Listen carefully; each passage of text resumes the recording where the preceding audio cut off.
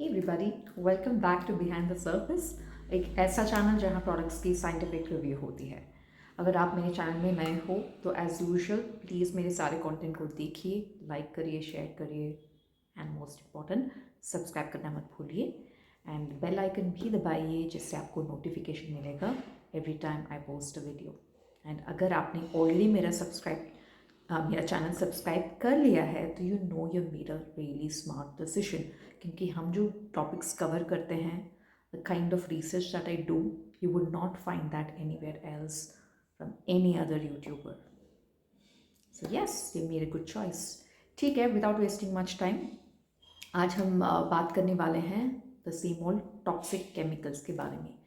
अगर आपने मेरा प्रीवियस वीडियो नहीं देखा है तो प्लीज़ वो एक बार चेक करिए। हमने पैराबेन्स के बारे में वहाँ पे डिस्कस किया है, जो एक टॉक्सिक केमिकल के लिस्ट में एक मेजर टॉक्सिक केमिकल है। उसी को कैरी फॉरवर्ड करते हुए आज हम बात करने वाले हैं अबाउट अदर टॉक्सिक केमिकल्स, जिसमें आता है sodium lauryl sulphate and sulphates in general. Okay, so let's get started. Sodium lauryl sulphate ये एक्चुअल में है क्या? सोडियम लॉरल सल्फेट जो है, this is a surfactant. Surfactant, what exactly is that now? Surfactant जो है ये एक ऐसा केमिकल है जो प्रोडक्ट्स के इंग्रेडिएंट्स के सरफेस टेंशन को कम करता है, जिसकी वजह से आपको अच्छा क्लेंजिंग एक्शन मिलता है every time you use it. थोड़ा और डिटेल में बताती हूँ। सिंपल बात में अगर आपको समझना है तो आप एक इंसेक्ट ले लीजिए। इंसेक्ट को जब आप पानी में डालोगे, और you don't have to do that, but आपने बहुत बार देखा होगा कि जब इंसेक्ट पानी में बाय मिस्टेक चला जाता है तो यू वुड सी कि इट नेवर ड्राउन्स, वो फ्लोट करता है। आई नो ये बहुत ज़्यादा हो गया आपको, थोड़ा मैं और सिंप्लीफाई करती हूँ। तो सरफेस टेंशन एक ऐसा प्रॉपर्टी है जिसकी वजह से liquid surfaces at rest shrink होते हैं to occupy a smaller surface area.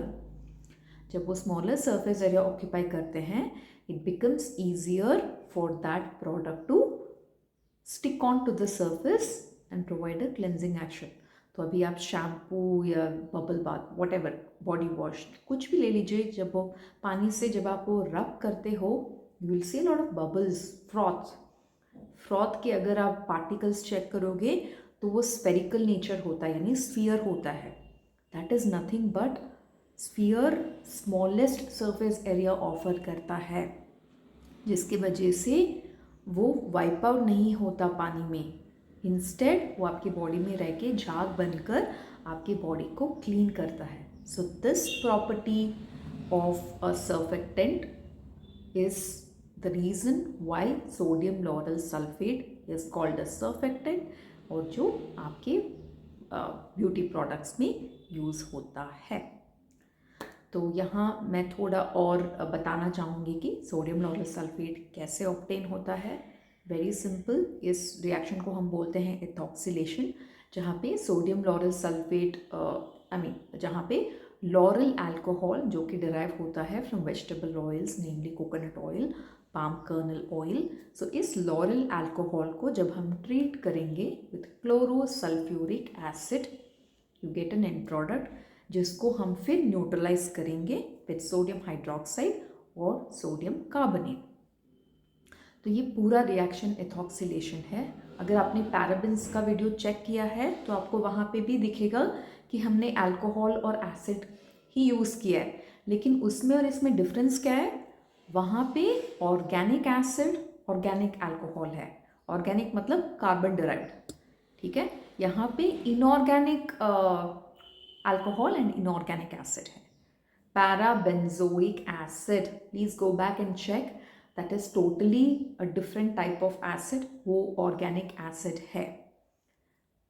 Here we are talking about lauryl alcohol and chlorosulfuric acid. Chlorosulfuric acid ये inorganic acid है, para hydroxybenzoic acid organic acid है। Okay, so alcohol, and वहाँ पे हमने organic alcohol use किया था. So that is how you get SLS and you get parabens. So they are slightly different. You can go back and check the video. आप वहाँ पे मैंने detail में बताया है. एंड यहाँ पे मैं और एक चीज़ बताना चाहूँगी. आजकल मार्केट में सोडियम लॉरेल सल्फेट के बदले में people are going in for sodium laureth sulphate. ये सल्फेट्स के कैटेगरी में आता है. ज़्यादा डिफरेंस नहीं है सोडियम लॉरेल सल्फेट और सोडियम लॉरेट सल्फेट. इन दोनों का केमिकल फॉर्मूला एक ही है. लेकिन सोडियम लॉरेट सल्फेट जो है ये माइल्डर फॉर्म होता है एंड ये लेस इरिटेटिंग होता है, जिसकी वजह से आप इसको हर जगह यूज़ कर सकते हो. ऑलराइट, तो अभी हम बात करते हैं कि सोडियम लॉरेल सल्फेट के यूजेस क्या हैं. First and foremost grooming products. आपके शेविंग क्रीम्स, फाउंडेशन हो गया, लिप बाम हो गया, anything and everything that you can think of in the grooming products, body lotion, exfoliating scrubs, इन सब प्रोडक्ट्स में आपको सोडियम लॉरेल सल्फेट या sodium laureth sulphate as a base ingredient दिखेगा. Apart from that hair care में तो it's a given. आप अपना shampoo उठा के देख लीजिए, कोई भी shampoo, you will find either sodium lauryl sulphate और sodium laureth sulphate as a base ingredient. Why? Because obvious है ना कि इसका क्लेंजिंग एक्शन है because of it being a surfactant. तो ऑब्वियस सी बात है कि शैम्पूज में तो होगा ही, it's a given. And so shampoos, body cleansers, body washes, I mean hair care में तो yes you can talk about only shampoo, conditioners, serums and so on and so forth. इसके अलावा और क्लेंजर्स, मतलब इन बॉडी केयर अगर हम बात करते हैं तो आपके body washes, soaps, body cleansers, all these again have SLS. and apart from that आपका ओरल केयर यानी टूथपेस्ट, फ्लॉस, माउथ वॉश, इन सब में भी सोडियम लॉरेल सल्फेट यूज होता है. Now is it really toxic और इज इट जस्ट हाइप? ये थोड़ा समझते हैं. As per food and drug administration ये SLS सेफ माना गया है to be even used as a food additive. लेकिन एक चीज़ यहाँ पे बताना चाहूँगी. इंटरनेशनल जर्नल ऑफ टॉक्सिकोलॉजी के मुताबिक अगर आप इसको 1% से ज़्यादा कॉन्सेंट्रेशन में यूज़ कर रहे हो when you compare with the complete net weight of the product, तो ये आपके बॉडी में ज़्यादा देर नहीं रहना चाहिए. It is always safer to use SLS in concentrations not exceeding more than 1%. लेकिन अगर ये एक्सीड कर भी रहा है तो it should not stay in your body और hair for a longer time. तो दैट इज़ वाई अगर आप देखोगे शैम्पूज़ में जनरली कॉन्सेंट्रेशंस ज़्यादा रहते हैं. हम लोग अभी जाके टेस्ट तो नहीं करेंगे ना कि 1% है कि 2% है या वट एवर. लेकिन शैम्पूज़ में आप देखोगे aqua followed by sodium lauryl sulphate, ये एक बहुत ही मेजर इंग्रेडिएंट है शैम्पूज़ में, जिसकी वजह से आपको अच्छा झाग मिलता है and you feel really good whenever you wash your hair. तो वहाँ पे इसीलिए इट्स वेरी इंपॉर्टेंट कि आप शैम्पूज ऑब्वियसली आप जल्दी धोते हो. You don't keep it in your body for 24-72 hours like that. तो जल्दी हम इसको वॉश करते हैं. तो that's the logic behind it. It should first of all it should not exceed 1% of the maximum concentration. लेकिन अगर एक्सीड भी कर रहा है तो यू शुड मेक श्योर कि वो सिर्फ कम समय तक आपके बॉडी या हेयर में रहे, नॉट मोर देन दैट. लेकिन वो कितना टाइम पीरियड है जहाँ पे सेफ है, दैट इज़ समथिंग यहाँ पे कोई रिसर्च डेटा अवेलेबल नहीं है. बट इट्स अंडरस्टूड कि you should not leave it for more than 5-10 minutes.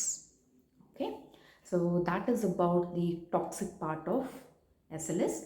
तो यहाँ पे मैं थोड़ा बताना चाहूँगी कुछ कैटेगरीज के लोगों को ध्यान में रखना चाहिए कि whether they should use SLS products और not. So who all should not use SLS products?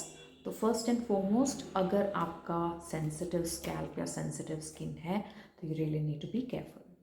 Now for example अगर आप में रोजेशिया है, एक्सेमा प्रोन हो या आपको कॉन्टैक्ट डर्मेटाइटिस होता है, या कभी भी थोड़ा सा भी आपका बाल आपके चेहरे पे गिरा and you get a rash और you develop some kind of skin irritation, तो you just need to watch your products and see अगर आपकी प्रोडक्ट्स में SLS है या नहीं। That's one thing. एंड अगर आपका ड्राई हेयर है या फ्रिजी हेयर है, तो again you need to be really careful about not using SLS products. Why? क्योंकि ये सर्फेक्टेंट है। सो SLS का मेन एक्शन ही क्लेंजिंग एक्शन है। तो ये सारे जो आपके बालों में जो ऑयल रहता है, मॉइस्चर रहता है, इसको बहुत जल्दी स्ट्रिप अवे करता है। तो जब ये पूरा ऑयल निकाल देता है आपके बालों से, आपके चेहरे से, तो obviously it's not a good thing if you are having a dry scalp and dry skin. Colour treated hair, okay, before that थोड़ा और मैं बताना चाहूँगी। अभी फ्रिजी हेयर वालों के लिए ये इट्स नॉट रिकमेंडेड। क्यों? क्योंकि ये फ्रिज को और बढ़ाता है। अब frizz, you have a lot of flyaways whenever you have frizzy hair. अभी मेरा थोड़ा फ्रिजी हेयर है। अब क्या होता है, जब भी आपका फ्रिजी हेयर है and you putting SLS based shampoos और कंडीशनर्स ऑन योर हेयर, तो ये जो SLS है विथ सोडियम लॉरेल सल्फेट, ये नेगेटिव चार्ज्ड पार्टिकल्स हैं, यानी ये एनियॉन्स बोलते हैं, नेगेटिवली चार्ज्ड इलेक्ट्रिकल पार्टिकल्स। तो ये जब आपके हेयर स्ट्रैंड से रिएक्ट करते हैं तो उसको और वो नेगेटिव चार्ज स्ट्रॉन्ग हो जाता है, जिसकी वजह से ऐसे आपके फ्लाईबाइज बहुत ज़्यादा दिखते हैं एंड योर हेयर बिकम्स फ्रिजियर। लेकिन अगर आप उसको न्यूट्रलाइज करते हो विथ एम्फोटेरिक